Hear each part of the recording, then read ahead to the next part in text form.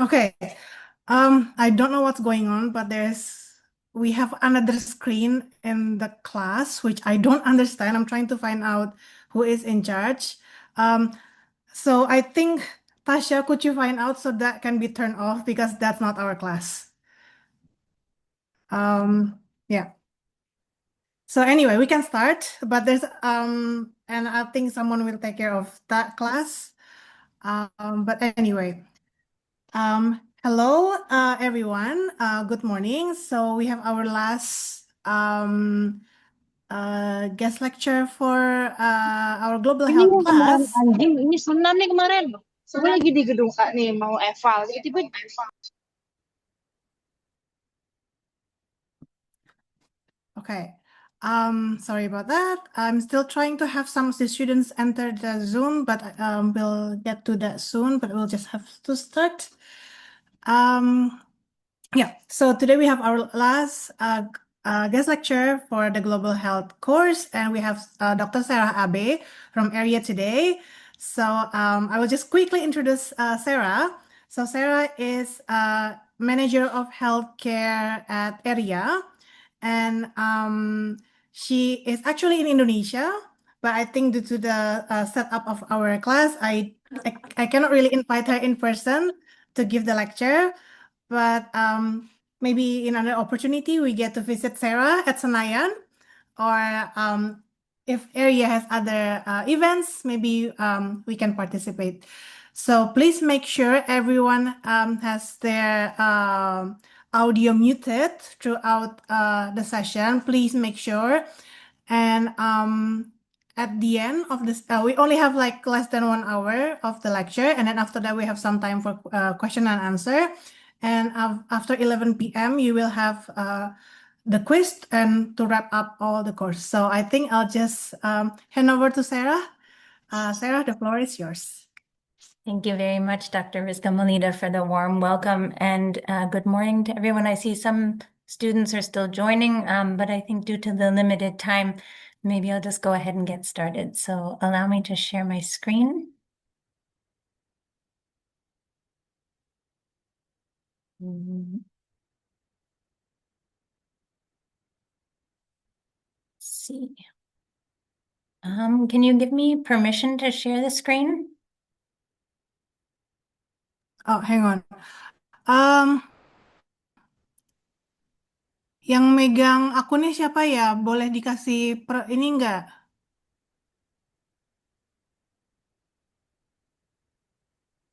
Yang megang akunnya siapa ya di situ ya? Oh, this is so annoying. There's a mix-up this morning, so I'm don't know really what's going on. No problem. Or I can send you the slides, maybe. Yeah, let me try. Let me try that. So maybe while we're waiting, because of technical issues, Mhm. I wanted everyone in the chat to put in something related to public health and your name. So for Sarah, my name starts with an S. So I'd put in soap or surgery or syringe. So I'd like everyone while we're waiting to please kindly put in your name. And if you want, maybe briefly what your focus area is. So for example, I worked on cancer prevention. And then also one word in public health that starts with the same letter as your first name. So I can put in an example in the chat box. So Sarah, and then line soap. So if everyone else can do the same things, that would be great. Let me try one more time if I can share the screen.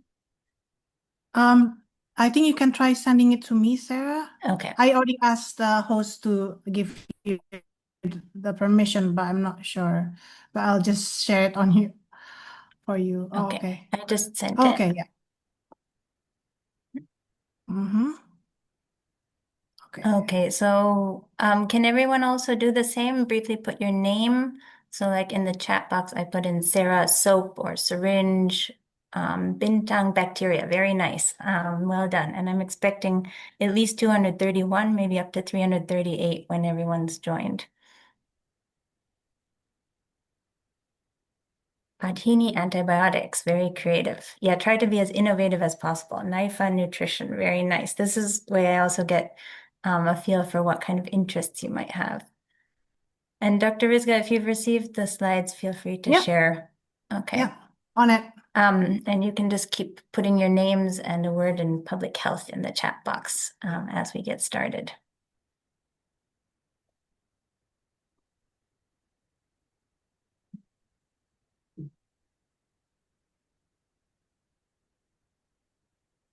So far I only see 3 names and public health words. So for the other 230 students, can you also please put your name? Nice. And anemia. Lots of A names, I think, in Indonesia. All right, so without further ado, I'd like to get started, but please continue to put your names and a word in public health in the chat box. And maybe, Taisha, you can just put in a message for those joining later. So today's lecture is going to be on global health innovation and public-private partnerships for disease prevention in ASEAN, particularly from areas perspective. So the Economic Research Institute for ASEAN and Indonesia, ASEAN and East Asia. Next, please.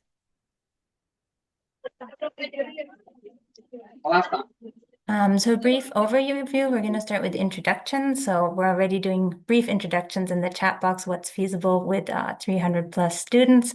And I'll give you an introduction to areas, health and social welfare unit, go over the learning objectives for the lecture, and core concepts in health and innovation and public-private partnerships, and why PPPs matter for disease prevention.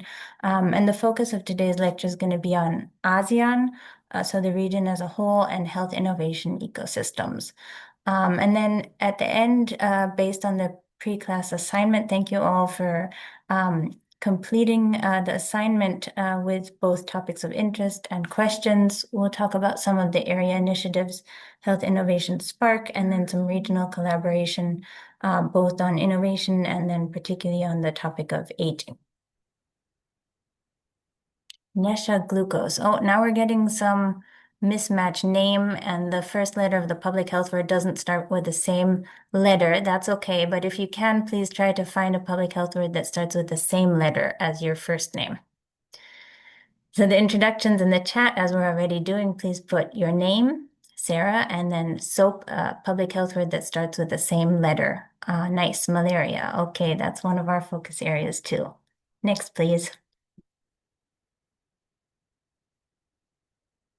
So I think Dr. Rizga already gave an introduction a little bit more. Currently, I'm working at the Economic Research Institute for ASEAN and East Asia, based in Jakarta and Senayan, where I'm manager for healthcare services. Prior to that, I was at the National Cancer Center in Tokyo, Japan, for 6 years. And before that, I was at the University of Tokyo in Japan, where I completed my PhD and then worked as an assistant professor, including summer programs like the Global Health Entrepreneurship Program. And that's actually where Dr. Rizga and I met back in the day. So about my education, before the University of Tokyo, I was at the Charité Universitätsmedizin in Berlin, Germany, where I obtained my Master's of Science in Public Health and Society with a focus on international gender studies. And I'm originally from Berlin, so I'm German American.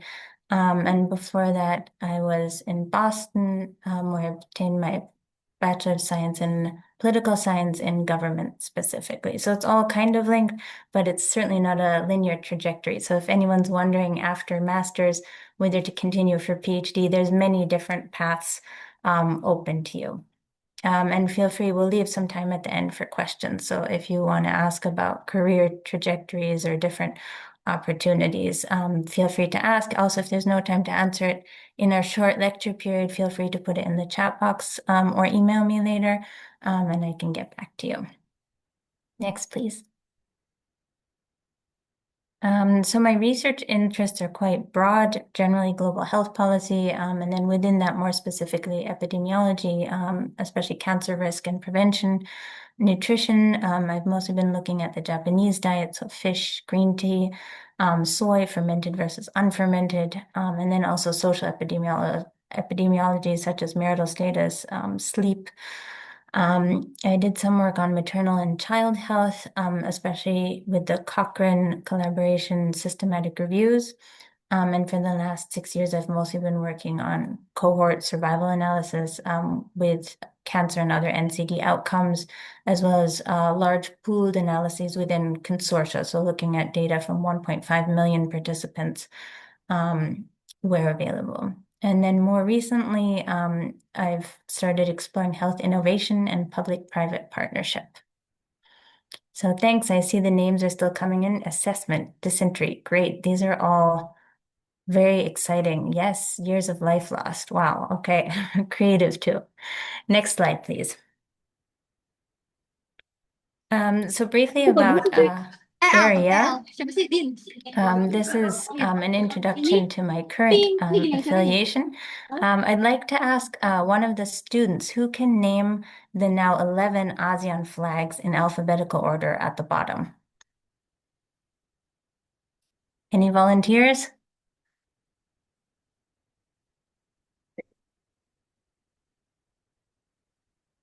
Please just speak up if you know the 11 ASEAN flags at the bottom. Sure, I know one of them. There is Indonesia. Yes, Indonesia's the red and white one. Can anyone name all of them from the start? I think Muhammad Ifram, you're raising your hand. Yes. Hello, can you hear me? Hello. Yeah. First off, I noticed Brunei, Cambodia, Indonesia, Laos, Malaysia, Myanmar, the Philippines, Singapore, Thailand, East Timor, and Vietnam. Correct. Yes, and in alphabetical order. Very impressive. So AREA has 16 member states, with Timor-Leste hopefully joining later this year, that was established during the Third East Asia Summit in 2007. So in addition to the, at the time, 10 ASEAN member states, Japan, Korea, China, Australia, New Zealand is the one with the red stars, and India, from an economic perspective in East Asia, are member states.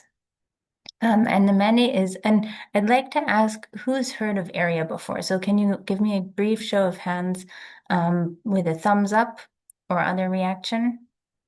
So who's heard of the Economic Research Institute for ASEAN and East Asia, or AREA? Just a brief thumbs up is fine, clap, or any other reaction. Okay. Thank you, Diva. At least one person's heard of AREA. That's good, because since we're based in Jakarta under ASEAN. No one else? Oh, okay, good. I see there's more thumbs out. Excellent. Happy to hear. And yeah, we're in Senayan, so we're actually not too far from the main UI Depok campus. And the mandate is to conduct policy and research that results in action-oriented policy recommendations for leaders and ministers in the region, and to provide a platform for dialogue among policymakers and strengthen capacity. We, from the start, have had three main key pillars: deepening economic integration in the region, narrowing development gaps, and reducing poverty. This one, of course, is very closely linked to health and social well-being, as well as achieving sustainable development. Next, please. We have 6 main key research areas, the first being economy and trade, and under that, trade and investment, as well as supply chain, energy, decarbonization and energy transition, digital innovation and startup. So some of the projects I'm going to be introducing later, we partner with the digital team, specifically with the startup group. And agriculture, especially food security, environment, measures against marine plastics, and then last but not least, at the bottom right, the health and social welfare team working on universal healthcare coverage, health industry, aging, and other topics that I'll go over in a minute.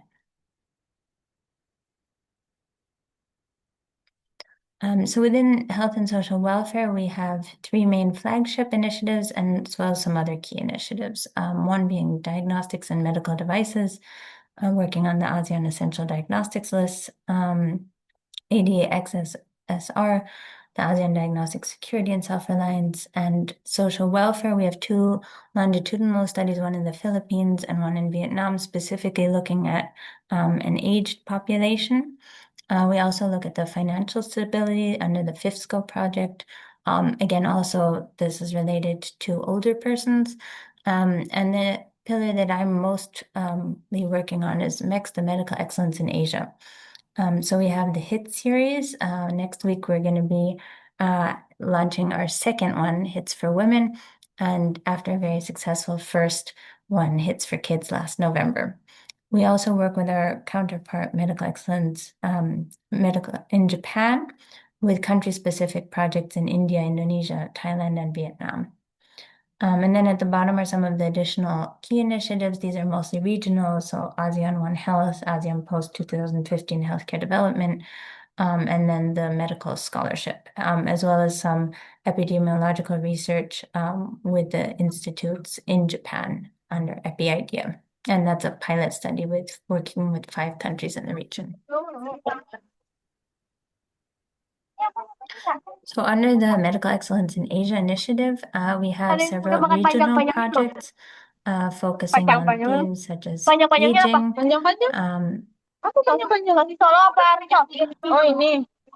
and malaria. If you can please mute yourself, thank you.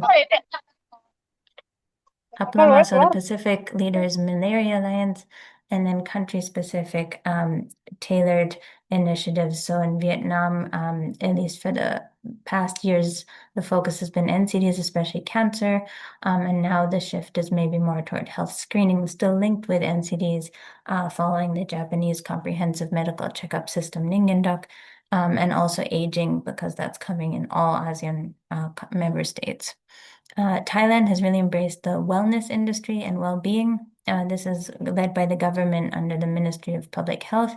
And we have a study, I think that was one of the pre-class assignments, on healthcare startup and academia and industry partnership. So hopefully we can also take some discussion points from the students later. In India, of course, that's a big country. 2 of the focus areas are digital health and hospital management.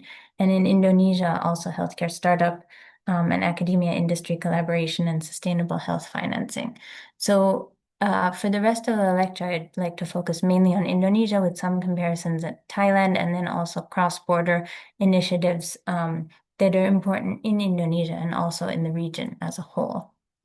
Maybe I'll just stop to ask if there's any questions at the moment. Also, if you don't have questions yet, you can add them to the chat box, and at the end of the lecture, we'll have some open time for questions.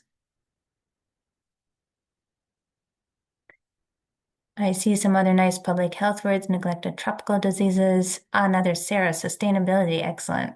Another S1, Saskia, surveillance. Nina, gender, yes, all important topics. So thank you very much for those of you who just joined. Please add your first name and a public health word that starts with the same letter as your first name. Excellent collection of public health words. Dr. Rizka, could we please have the next slide?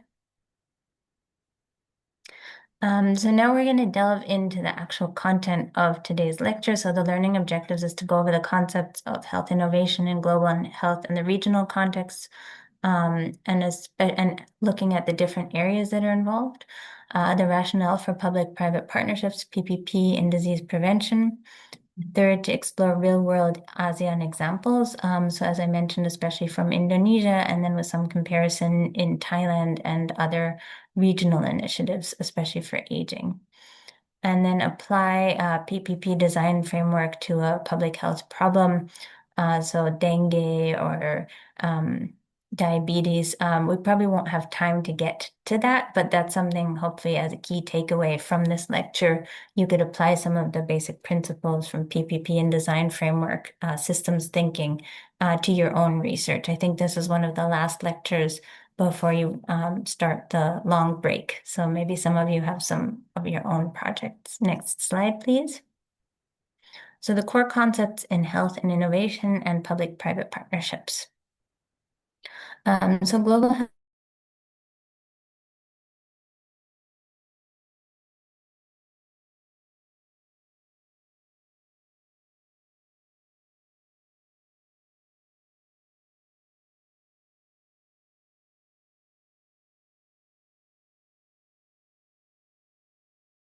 health innovation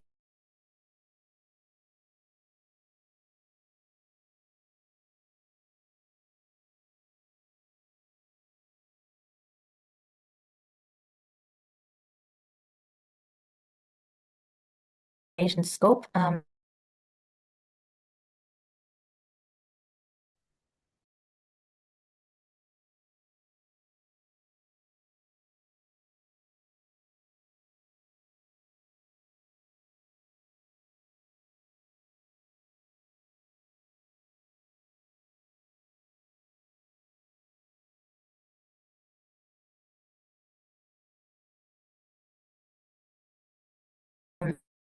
Includes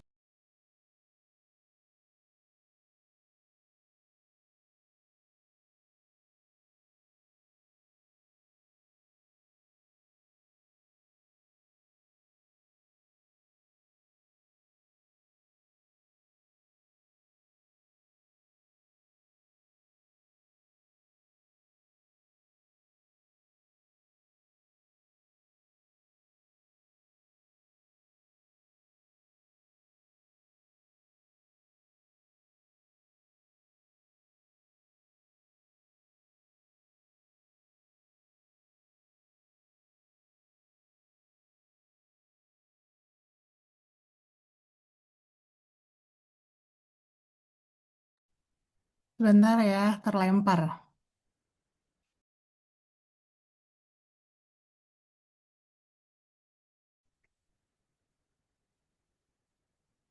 apologies for the Okay, you're interruption. back. Yes. Epiphany Ebola. Nice. Sorry, next slide, please.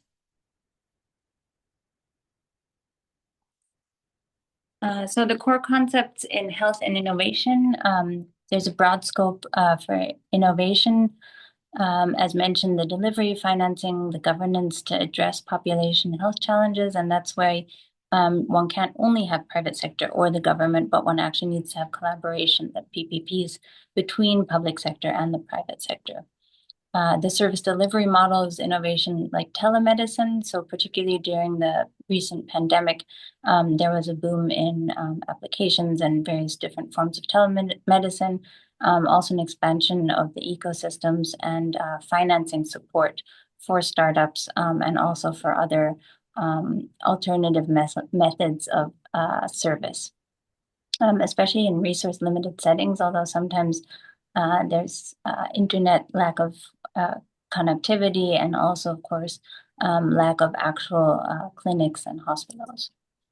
Then the interdisciplinary collaboration, as already mentioned. So beyond health, also working with engineering, economics, mathematics, and social sciences. And then the contextual challenges, I think I've mentioned this already, but at a national level, the demographic shifts are very rapid, much shorter period in ASEAN than Western countries saw in terms of the transition to aged societies. And then the disease burden is also shifting. So we need systemic health innovation. So not just short-term funding, but also evaluation and then long-term ecosystem support and financing mechanisms to support these innovations. Next slide. And understanding the public-private partnerships in health. So defining the collaboration between the government, private sector, and then academia, of course, all of you are at the University of Indonesia, plays a very important role in terms of evaluation, the research, the data collection, because the policies can't be made without rigorous data, without the evidence that's available. And that's where public health and epidemiology play a very critical role. And then also civil society in terms of building the trust and acceptability within the communities. And the shared roles and responsibilities. So rather than only the government taking all of the responsibility and all the risks, this is then shared with the private sector, and they can offer their own expertise and avenues for innovation, particularly within the startup. The rules and regulations are very different. So there's there's an opportunity to fill the gaps, for example, where data is missing. And I think we already mentioned the role of academia, and then in addition to providing evidence, also training professionals. And then not only in condensed areas such as Jakarta, but also working in rural areas, working on system development that have longer term measurement goals. So not necessarily short-term projects that get 2 years of funding and then are done, but long-term ones at 10 years, like colorectal cancer screening takes 5, 10, 20 years to actually develop these programs nationwide. And the governance and effectiveness, so require clear governance aligned with incentives, transparency, and trust to address the complex health challenges. And trust is also where the community, where civil society comes in.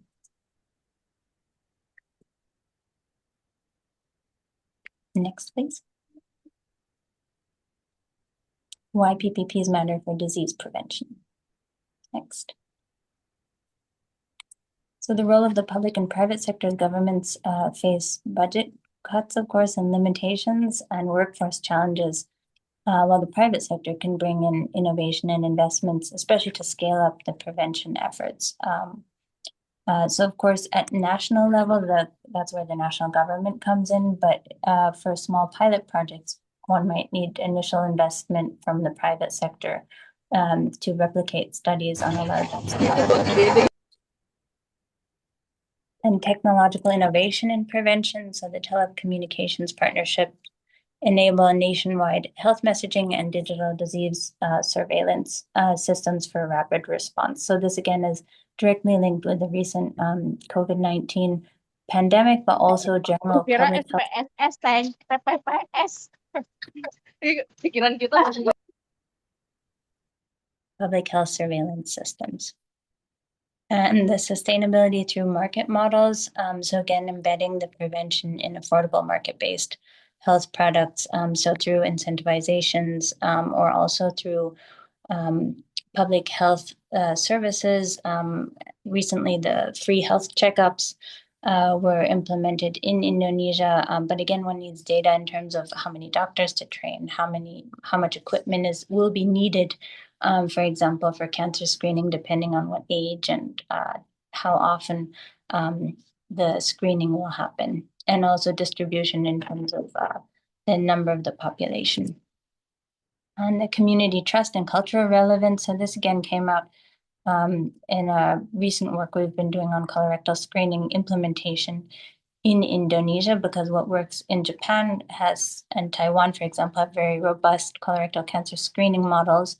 And Indonesia is working on developing these models. So some of the best practices or lessons learned can certainly be taken from Japan, Taiwan, and other countries, but then one needs to make it culturally appropriate as well as depending on the resources that are available. So I'd like to take a brief poll. Who drives disease prevention? The role of the government, sets public health policies and provides legitimacy for essential disease prevention efforts. B, the private sector innovation. So you can, in the chat box, just put in whichever letter you think is the right response. The private sector drives innovation and supplies resources critical to developing new disease prevention technologies. C, academic contributions. So I know all of you are at the top university in Indonesia, clearly plays an important role in generating evidence and training healthcare professionals.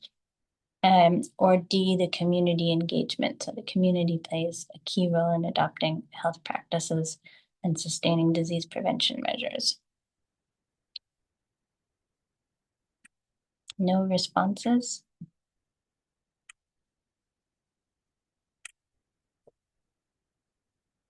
It's also kind of a trick question because the actual response is that all of the sectors need to work together.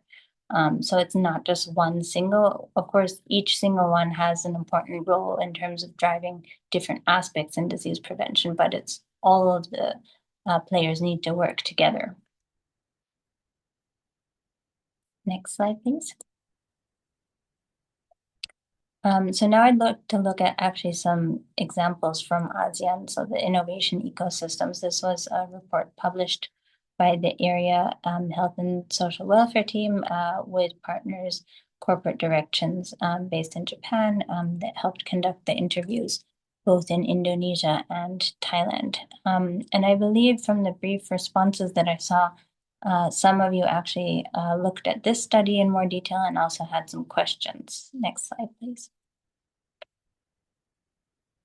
So Theo, maybe you can just in the chat box put the link for this first study, the Medical and Healthcare Academia Industry Partnership and Ecosystems in Indonesia and Thailand. For those of you who haven't had a chance to look at the whole report, you can download it from the website and briefly skim it. Just to highlight some of the key findings in Indonesia academic and research strength. So the top Indonesian universities contribute to critical research, clinical knowledge, and talent development for health innovation and the digital health startup growth. So Kemenkes has a pretty robust, Kemenkes being the Ministry for Health. Thank you, Tasha, for adding that to the chat box. So you can check in the chat box as the link if you haven't had a chance to look at the whole report.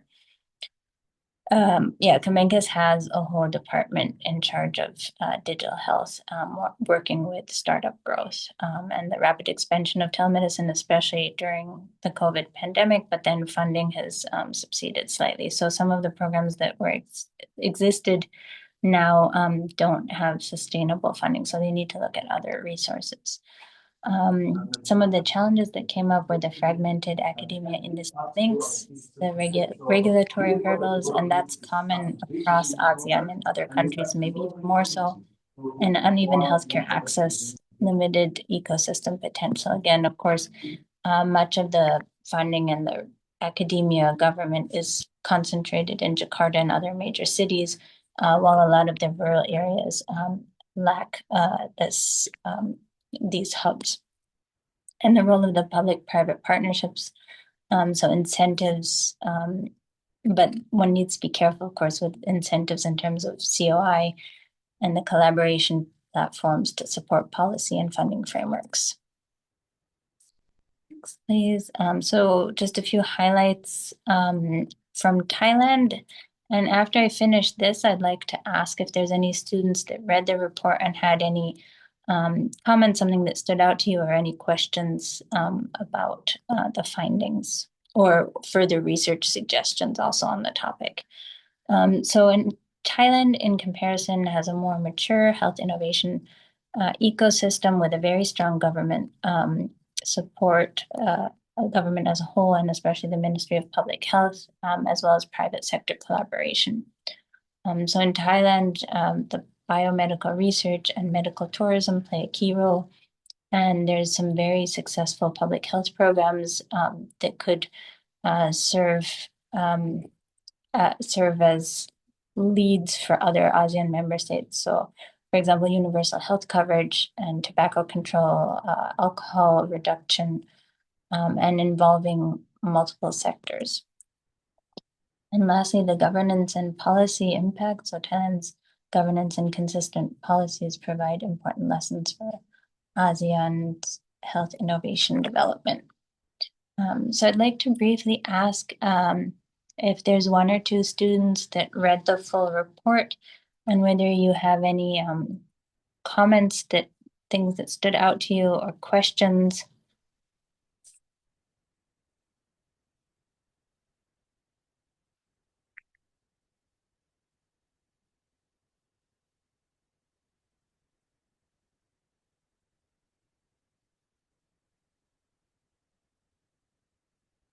Note takers?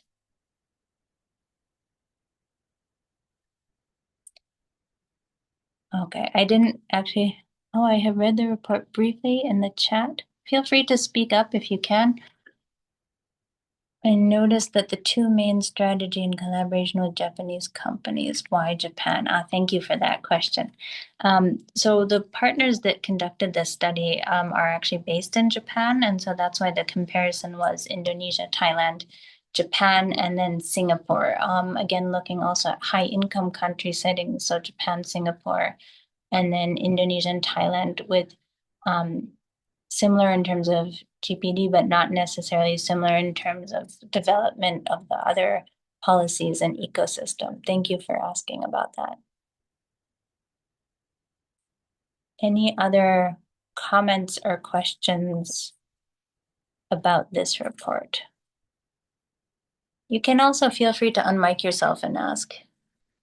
Given Indonesia's ongoing challenge with infectious diseases and healthcare access disparities, why has innovation been concentrated in telemedicine, rather than in areas such as diagnostics, medical devices, or biotechnology that could potentially address these health challenges more directly? Excellent question. This is also a question that I had for our partners in startup. And I think one of the reasons is because telemedicine is less costly. So developing devices is, for one, very expensive, and then also the regulations that come with devices or also medications take a long time to get approval, whereas in the startup sector, so telemedicine, the approval process seems to be more fluid, and so it can proceed faster and is less expensive. Thank you very much for that question. Okay, I want to make sure that we have a little time for the other ones. If you think of additional questions, comments, feel free to add them to the chat. Next slide, please. So next, I'd like to move on to another area initiative, the Health Innovation Spark, that was launched last year. So our first one was held November 20th on World Children's Day. It's for kids, where we invited startups related to children and health from all over ASEAN. We had almost all ASEAN member states represented, and looking at various different topics. So some of them were indeed applications, so telemedicine, but we also had some like Medicurn from India that are actually devices. And maybe because of time, I won't show the video.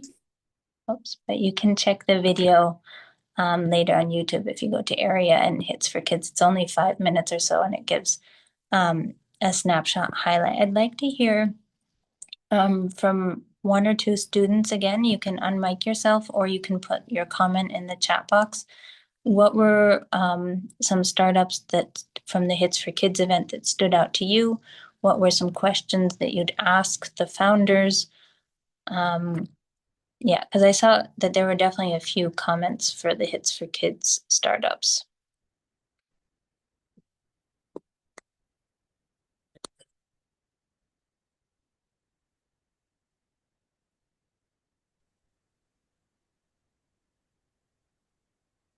And I'd prefer to make this interactive. So if any of you would like to speak up, you can just unmic yourself.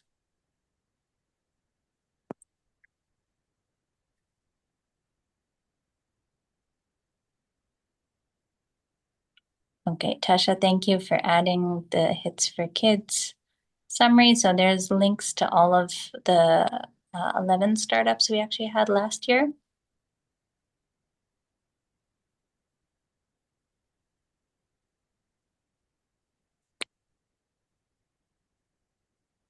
Everyone's still feeling a bit shy or forgot the questions that you submitted?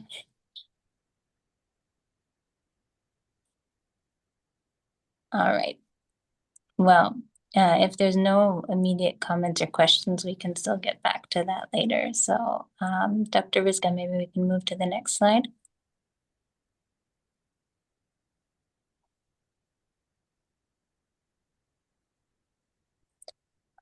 So very exciting. We have our second hits in the series, Hits for Women, which will be next week on Tuesday and Wednesday.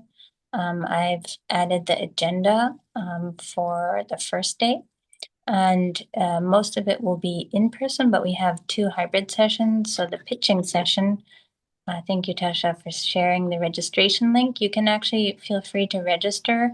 And online participation is also welcome, particularly for the pitching session, where the startups will be sharing their products or services for 5 minutes, and then they'll have questions from the judges, followed by an open discussion for the last 10-15 minutes. And this is also a way for students to hear what's happening in other ASEAN member states.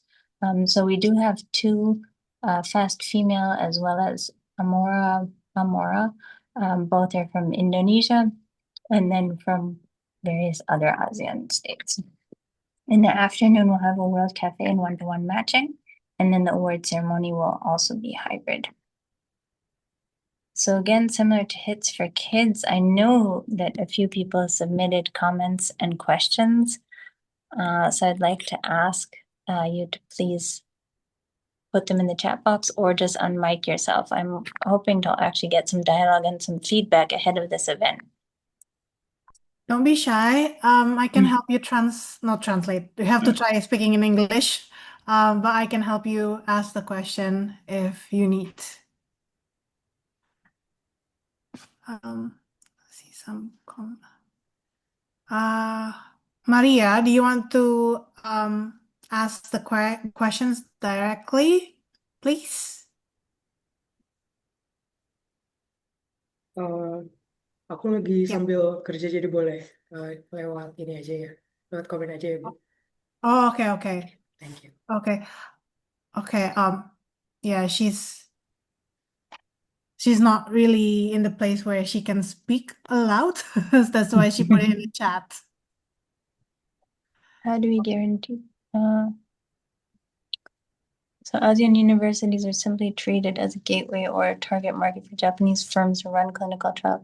How do we guarantee an equitable and deep technology transfer instead of just one-sided licensing? So this was Maria's question on the CDI report, particularly related to Japan and running the risk of, just running clinical trials and other experiments in ASEAN universities.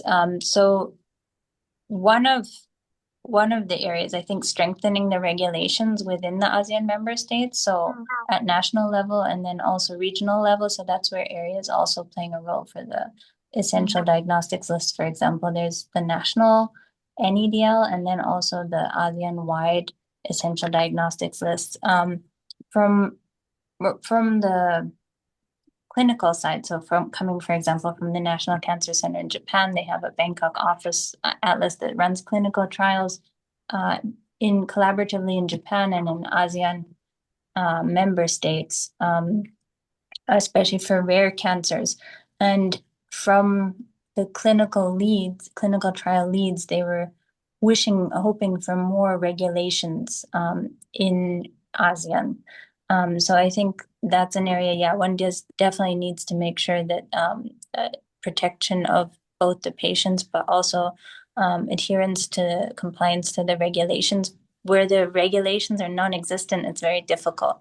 So I hope with your generation, maybe that's a big task for your generation, but to develop safeguarding regulations, also though enabling regulations, right? Particularly within the healthcare system. Thank you, Maria.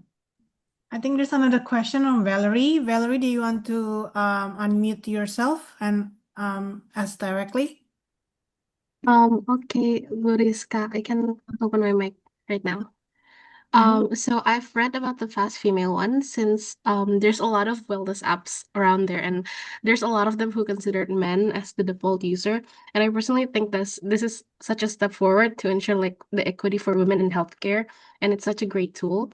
But I've also noticed that the app specified that it's for 28 days cycle of for menstrual cycle, and I want to ask, how can the app like track hormones for a cycle specific to one woman? And because there's a lot of women who are who have irregular menstrual cycles. What is the app solution to track the hormones for women who have irregular menstrual cycles, and how can they ensure the well-being for those women and track their diet and workout activity and all that? Thank you so much. Thank you very much, Valerie, also for highlighting both the positive aspects of Fast Female, because like you said, many of the apps are designed for men. So this one is specifically for women. But in our initial assessment, that was also one of the questions that we had, because it seemed quite rigid for the 28 days, which certainly doesn't apply to many women, and particularly women with irregular cycles may need more specific recommendations, right? Like you said, in terms of nutrition, in terms of sleep and exercise. So I don't have the answer to that. I'd be happy if you want to join online and ask those questions. And if you don't ask the questions, then I will certainly ask on your behalf. So thank you very much, Valerie. Thank you so much for the Any answer. other comment? Thank you, Valerie. Any other who wants to ask questions or comments? Oh, Shafwa, go ahead. Unmute yourself. Okay, so maybe this is more of a comprehensive question about the Hits for Women event. Maybe I would like to ask about is the underrepresentation of women in health innovation primarily a funding issue, or does it like reflect deeper like structural inequalities within like academia, industry, and policymaking ecosystems? Like maybe that's my question. Thank you very much. That's also an excellent question. I think it's probably, so again, I'm relatively new to startup, but at least in the academic setting, it is due to funding, like you said, but it's also due to systemic barriers, not prohibiting, but making it more difficult for women to enter, and then also sustain the programs that do exist. And sort of the default, like was previously said, is set for men, particularly in the health setting. So in the clinical trials, it's set for men. Even work days and sort of basic things that you don't think of as health necessarily are all air conditioning. I recently heard from our engineers is also set for male temperature preferences. So I think it's both. So we feel strongly that emphasizing the gender equity and highlighting these initiatives, focusing on women's health. And some of them are also applicable. So for example, I forget which one, but the underpants that can be used both for women, but also for post-surgery or also for older people. So a lot of the innovations, while focused on women, can also transfer to other vulnerable populations, particularly. Okay, amazing. Thank you. Thank you, Shaifa. Okay, and then there's Fadel. Go ahead, Fadel. Okay, thank you. So I read about Mamora and was impressed by how it combines technology with breast health education. And since women with lower health literacy and limited healthcare access often face the greatest barriers to early detection, so I want to ask, how does Mamora ensure that its innovation reaches underserved populations rather than only women who are already digitally connected? Thank you very much, Fado. That was also actually during our initial assessment, one of the questions. So we're hoping that during their pitch session, they elaborate on that. And if not, we can also ask that. I would really encourage you to join at least the hybrid session, which is from 10 to 12 next Tuesday. Thank you. So we still have a couple slides and only a short time. So maybe we'll move on. I want to leave a little bit of time for open questions at the end. So this is a bit of a shift. It's looking at Healthy Aging Prize for ASEAN Innovation. This was under the Cabinet Secretariat in Japan, the Happy Awards that have been ongoing for the last 5 years now, promoting healthy aging and particularly supporting innovations to help older adults in ASEAN maintain independence and the quality of life, demographic change. And the prize is for innovative solutions, both assistive technologies, community care models, and interventions for non-communicable diseases. Thank you, Tasha, for sharing the link. So you can scroll down. There's award winners from the last 4 years.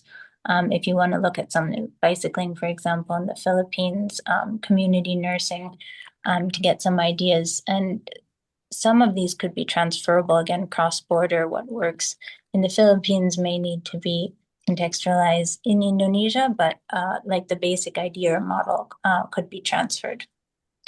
And Happy, importantly, frames aging as an opportunity. So traditionally, aging is seen maybe as something negative, ageism, but encouraging proactive innovations in response to societal changes and incentivizing innovation through a prize and stimulating creativity and alignment from the private sector, and also intergenerational exchange, because often these solutions may come from younger generations, and how, for example, nursing homes, frameworks, or community services can also include younger generations, because aging doesn't only affect older people, but it affects society as a whole.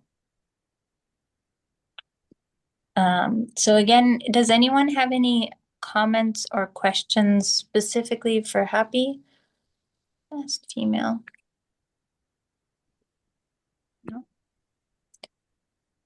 As time is kind of limited, I'd like to at least get to the end of the slide deck, but feel free to put your comments, questions in the chat. I did also receive all of the collated responses and hope to get back to some of them later. So finally, the regional collaboration and application. So our partner ACAI, the ASEAN Center for Active Aging, so very linked with Happy, is really working on active aging and innovation in ASEAN as a region. They're doing a lot of active studies, policy recommendations, and we jointly published this report last August on striving for active and healthy longevity, which is one of the UN goals for this decade, and applying the PPP framework for disease prevention within aging, but also then other intermediate diseases like diabetes, hypertension. So identifying the health issues for disease prevention and focused partnership efforts, the stakeholder mapping. So that's one area that ACAI is working on as a regional hub and a non-state actor. They have access both to governments, to the private sector, to academia, and trying to map out all of the different stakeholders and how they can contribute collectively to active aging. And the value proposition, again, of course, especially from the government's perspective, financing, sustainable financing is always emphasized. And systems thinking, so encouraging innovative leadership and systems thinking for public health programs. So rather than siloed individual approaches, especially because aging is very complex and it's often linked with comorbidities and it's linked with all sectors, not just with health. So taking a systems thinking approach. Next, so terima kasih. We do have a few more minutes. So I'd like to just open the floor. If you have any final comments, questions, thoughts. I was very happy to join you this morning. I do hope to make it down to Depok at some point. If you have time next Tuesday, please register. You can also just join the online hybrid sessions. And those were great questions you asked, especially I think for the Hits for Women coming up. I made note of the questions and comments you have. So if you don't ask the questions, then I can certainly ask them on your behalf and get back to you. I think we can allow for maybe one questions for now. Anyone? You can unmute yourself or raise your hand so I know that you want to ask question. Okay. I think while we wait, I just want to add that the university received funding from ADB for innovations in various kinds. It can be startup, it can be innovation that leads more towards research. So if you're interested in that kind of funding, which is due next week, you can ask me. And then if you're interested in startups, in creating startups, and you would like some kind of like workshop on that, we can host it as well. So just let me know. And if I can add to that, maybe as a final comment, so from ACAI, actually, there is an open call at the moment, and the deadline is June 7th. So it's very soon, in 3 days. We just celebrated Aria's birthday yesterday. I forgot to mention that. But if you are interested in aging and health and innovation, please do take a look at the ACAI website and the application materials, because they're certainly looking for applications from ASEAN member states. And I know that students often have the best, most creative solutions. Thank you, Tasha, for resharing the link. All right, there's one question. Andini, go ahead. Okay, thank you so much for the opportunity, Bu Rizka and Miss Sarah.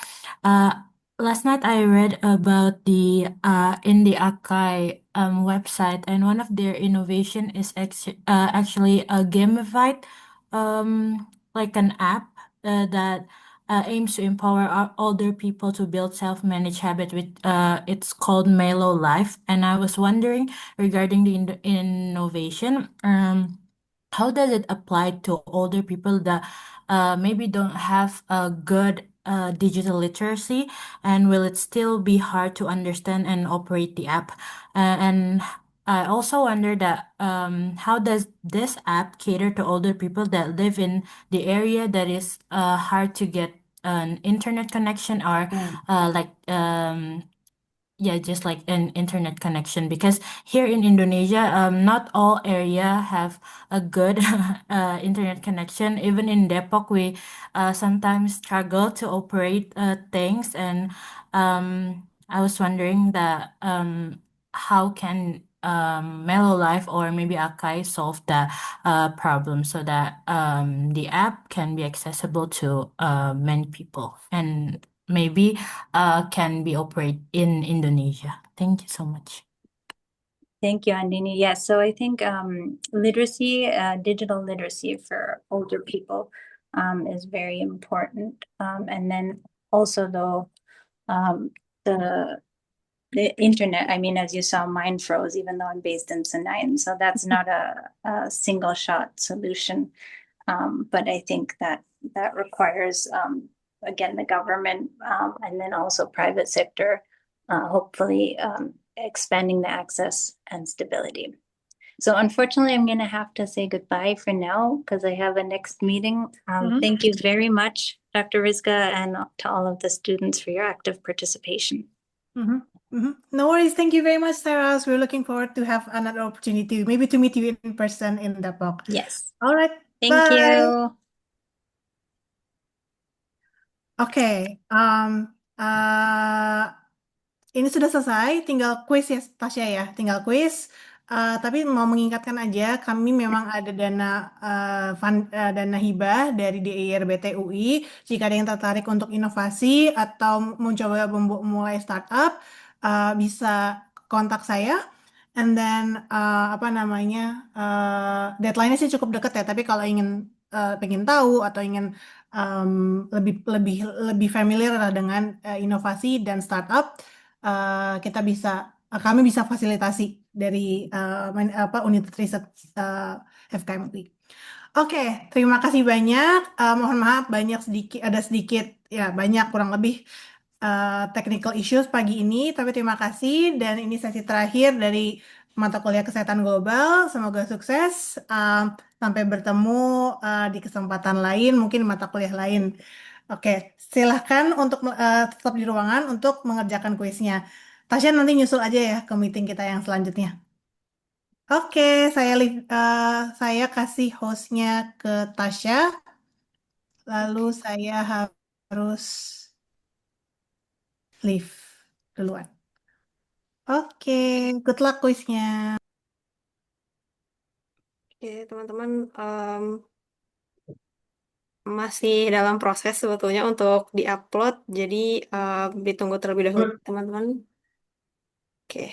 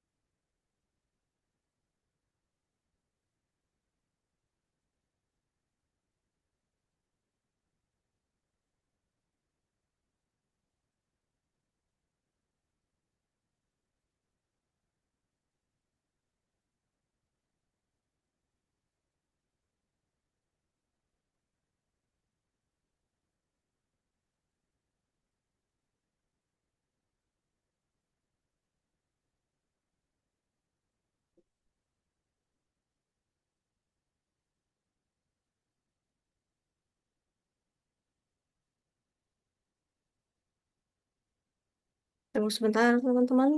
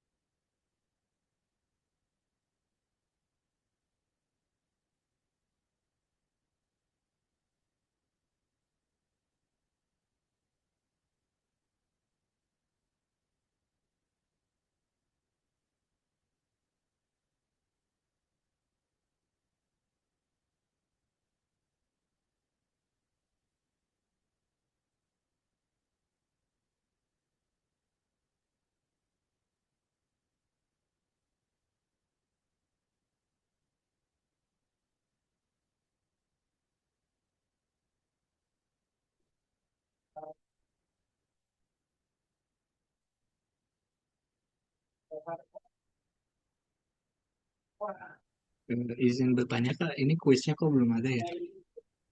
Kenapa? Kuisnya kok nggak ada ya di linknya atau? Tunggu sebentar ya, memang lagi dimasukkan. Oke, oke.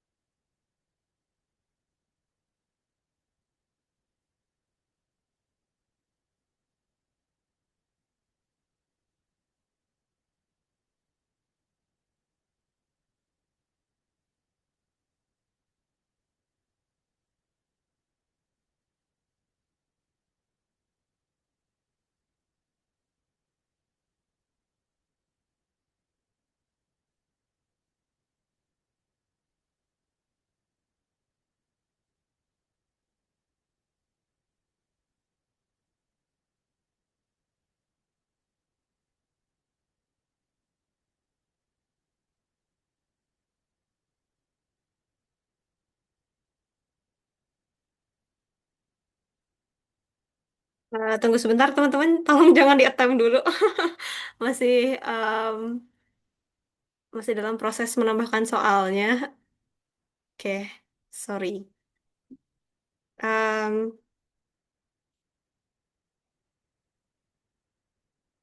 Oke, ini udah ada yang attempt ya. Em, ya udah.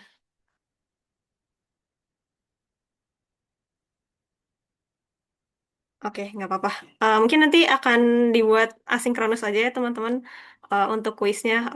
Dan juga akan pakai link yang terbaru karena tadi ada kesalahan dalam memasukkan soalnya. Em, Nanti akan diinfokan melalui grup masing-masing di kelas ya. Teman-teman, terima kasih sudah join untuk kelas hari ini. Mengingatkan juga ya untuk di kelas besok ada di deadline hari ini ada deadline untuk pengumpulan tugas akhir, kemudian besok ada pengumpulan resume dan juga peer assessment gitu. Terima kasih teman-teman semuanya. Nanti akan diinfokan lagi untuk kuisnya. Terima kasih. Aku izin end untuk semuanya.